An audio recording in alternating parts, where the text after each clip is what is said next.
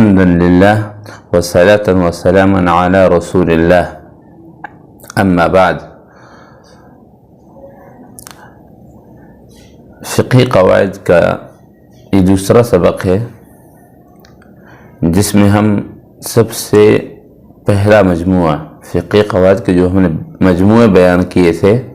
ان میں سے پہلا مجموعہ جس کا تعلق نیت، قصد و ارادہ سے ہے، تو اس میں دو قاعدے ہم پڑھیں گے. ایک قاعدہ ہے جسے ہم کہتے ہیں الامور بمقاصدها، یعنی جس کام سے جو قصد ارادہ کیا جاتا ہے تو وہی مراد لیا جاتا ہے. مثال کے طور پر اس کی تطبیقی مثال، اور یا آپ دوسرے الفاظ میں یہ کہہ سکتے ہیں کہ موافقی مثال، احتراز نہیں، موافقی جو اس کے مطابق ہو. مثال مطابقی کی تعریف ہے، مثال مطابقی یہ ہے کہ اگر کسی آدمی نے لقطہ کو، گری ہوئی چیز کو اس نیت سے اٹھاتا ہے کہ وہ اسے اس کے مالک تک پہنچائے گا یا پہنچانے کی کوشش کرے گا، تو یہ اس کے پاس امانت ہے. اگر اس کی نیت اٹھانے سے یہ ہے کہ وہ اسے اپنے لیے اٹھا لیتا ہے، یہ ارادہ کرتا ہے کہ یہ میرا ہو جائے، تو یہ غصب ہے. اور یہ بات ذہن میں رہے کہ تمام قواعد، یہ قواعد اغلبیہ ہے، یہ کلیہ نہیں ہے، تو اس کے مستثنیات بھی ہوتے ہیں. اب اس قاعدے سے اگر ہم دیکھنا چاہیں تو مستثنی ہے. مثال کے طور پر یہ قاعدہ دو مباح چیزوں میں جاری نہیں ہوتا، جیسے وہ مباح چیزیں جن کو قصد اور ارادے سے ان کی صفت میں کوئی تبدیلی نہیں آتی. جیسے کہ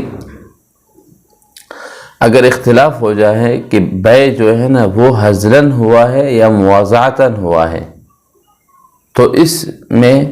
اب اگر اس نے ہزل،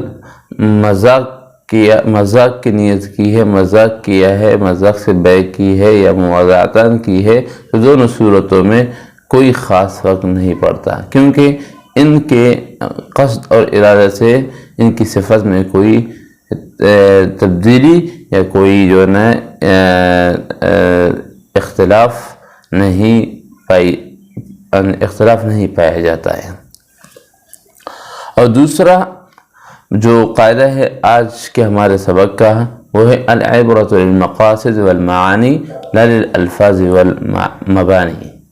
کہ یہاں پر معانی لکھا ہوا ہے، یہ اصل میں مبانی ہے. کہ عبرت جو ہے نا یہ مقاصد اور معانی، اعتبار جو ہے نا مقاصد اور معانی کا ہوتا ہے، الفاظ کا نہیں ہوتا، ڈھانچہ کا نہیں ہوتا ہے، بلکہ مقاصد جو اس کلام سے جو قصد کیا جاتا ہے اس کا اعتبار ہوتا ہے. مثال کے طور پر کفالت میں اگر کوئی یہ شرط لگا دیتا ہے کہ جو اصل ہے وہ بری ہے، کفیل بنایا کسی کو، لیکن اس شرط کے ساتھ کہ جو اس کو کفیل بنا رہا ہے، جس کا وہ کفیل بن رہا ہے، وہ بری ہوگا، تو یہ کفالت نہیں رہے گی، یہ معاملہ کفالت کی نہیں ہوگی، بلکہ یہ حوالہ میں تبدیل ہو جائے گی. کیوں کہ حوالہ میں ایسا ہوتا ہے، کفالت میں اس طرح نہیں ہوتا ہے. اگرچہ وہ کفالہ کے الفاظ استعمال کرے، اس الفاظ کا استعمال نہیں ہوتا، بلکہ مقصد کا ہوتا ہے کہ یہ مقصد جو حاصل ہو رہا ہے اس کے اوپر کفالہ فٹ آ رہی ہے یا حوالہ ہے، تو حوالہ اس کے اوپر جو ہے نا حوالہ کی تطبیق اس کے اوپر ہو رہی ہے، تو ہم اس کو حوالہ کہیں گے، کفالہ نہیں کہیں گے. بالکل اسی طرح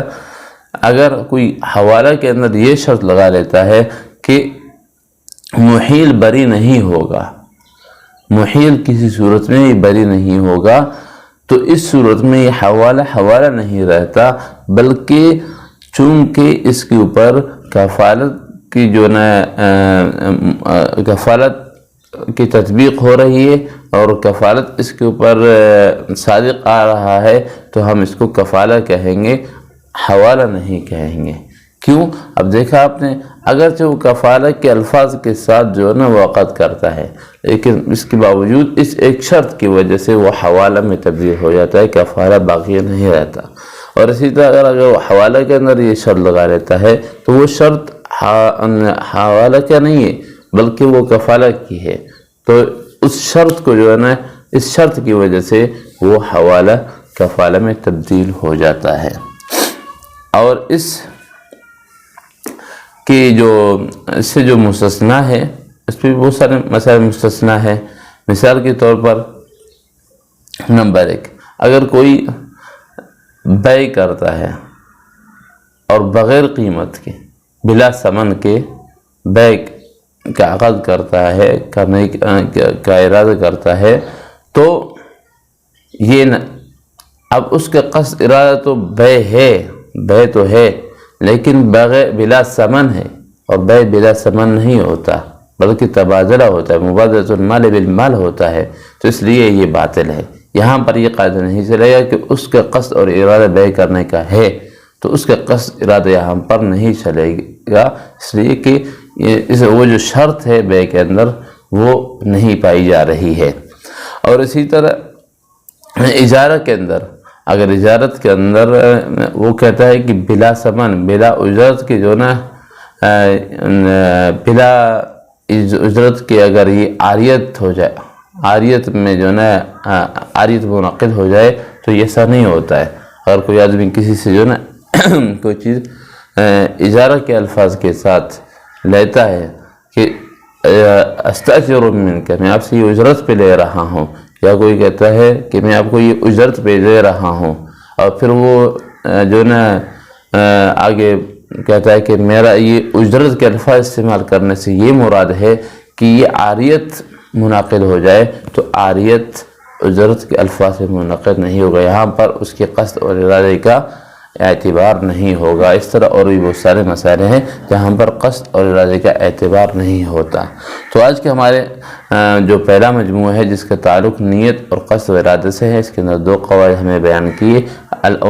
نمبر 1 الامور بمقاصدها، اس کے ہم نے تطبیقی کی مثال پیش کی، اور ایک مثال ہم نے اس سے